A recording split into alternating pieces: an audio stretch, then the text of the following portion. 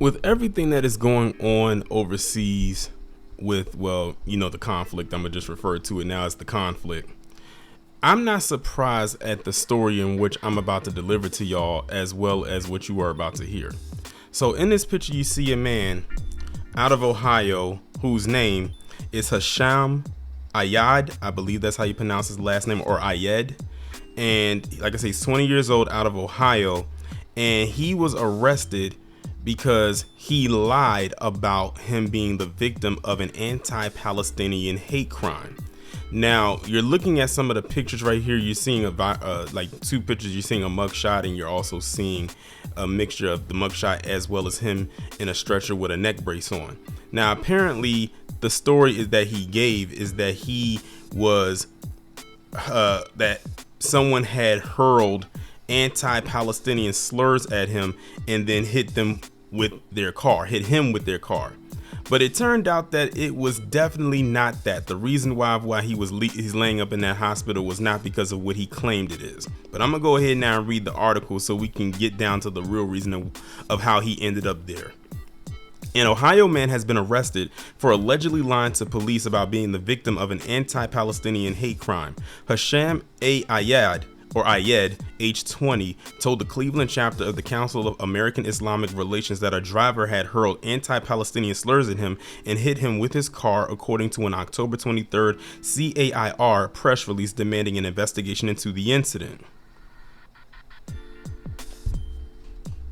North Ridgefield police arrested Ayad on Tuesday and said he lied about the encounter and that his injuries had come from a fight with his brother. Now, you gotta question something right here. How badly did he get beaten for him to end up in a neck brace by just getting in a fight with his brother? Because I've seen people get into fights before, but I've never seen them get into a fight where they ended up in a neck brace. Usually a neck brace will come from maybe a car accident of some sort, most likely, or maybe even a fall. But damn, you got beat by your brother that bad that you ended up in a neck brace. That's crazy.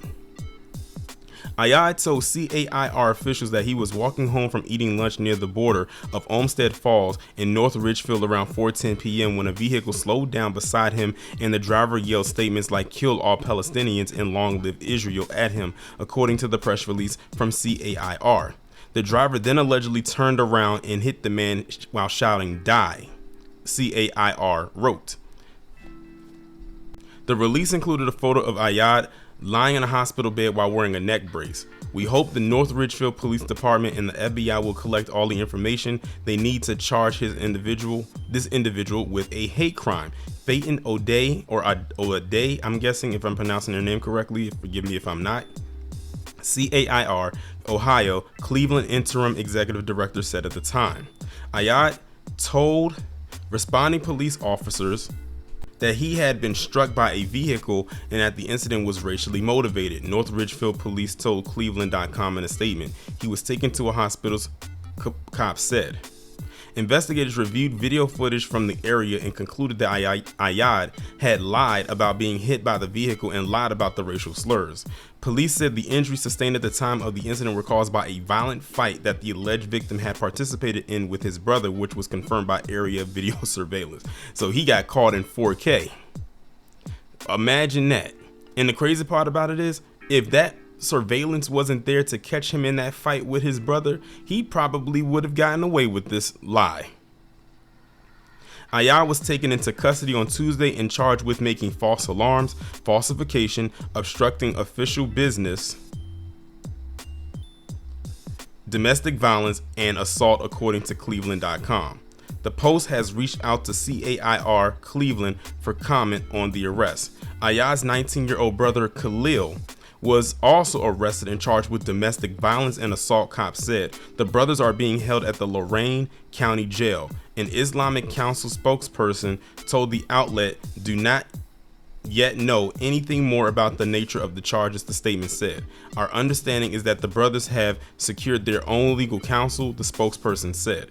The incident is reminiscent of how ironic they're bringing this up, of Jussie Smollett's hoax case, in which the actor was found guilty of staging a racist and homophobic attack on himself and lying to Chicago police about it. How ironic they slipped that right in there at the end, but I wouldn't expect anything less from the New York Post. So there you have that story right there. And the irony of them even bringing up the Jussie Smollett thing actually drives into a point that I was going to make anyway when it came to the story when I first heard about it. There is not one group that I could think of that has not at least one time faked a hate crime and thought they were going to get away with it.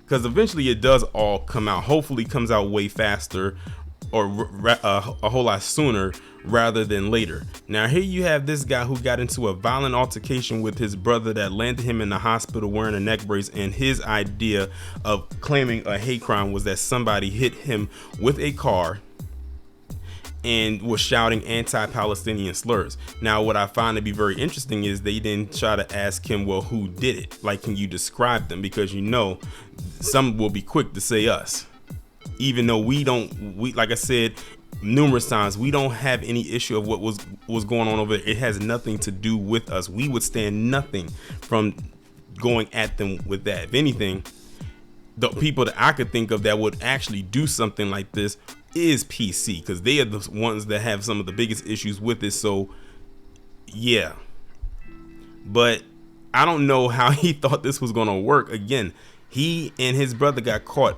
in an altercation on a surveillance camera. But like I said, good thing this did happen out in the open, because had it not, he probably would have gotten away with this. And also keep this in mind, they are trying their best right now to ramp up and possibly get some kind of an anti-Palestinian hate crime bill on the books, much like they did for the Asian American community.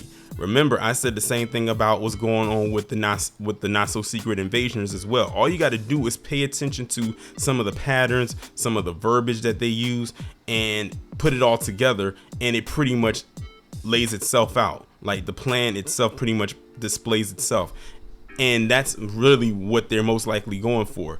But if this is the way they're going to go about it, they got a long way to go, because this one right here is not a good setup. And I wouldn't be surprised that there are more like this out there in the future to come that we might actually hear about. I'm still stuck on how badly you had to get beaten in order to get into a neck brace just from a fight. I'm still trying to figure that out, because I've never seen it before. Not saying that it's impossible, but I'm just saying I've never seen it personally happen like that. But hopefully those charges do stick with him, because at the end of the day, faking a hate crime is not smart at all. It's really not. And if you are a black person out here faking a hate crime, you ought to be even more ashamed of yourself, because with all the stuff that we go through in this establishment, present day and past, there's no point. There's no need for us to actually do that. And that whole cry wolf thing, that's how you get people to not believe you at the end of the day when things come down the pipeline. So yeah, this guy is an idiot.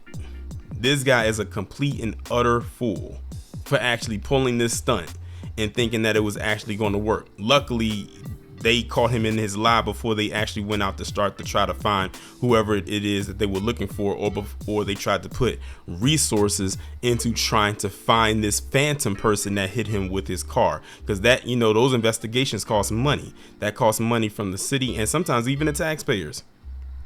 So he's lucky it didn't go as far as it could have, because he probably could have got way more worse and intense consequences than just the charges that he has right now, which are already bad enough for him and his record. He's only 20 years old, and this is how he's starting. This is how he's starting off his young adult life, with a record, because he wanted to lie and play the victim role.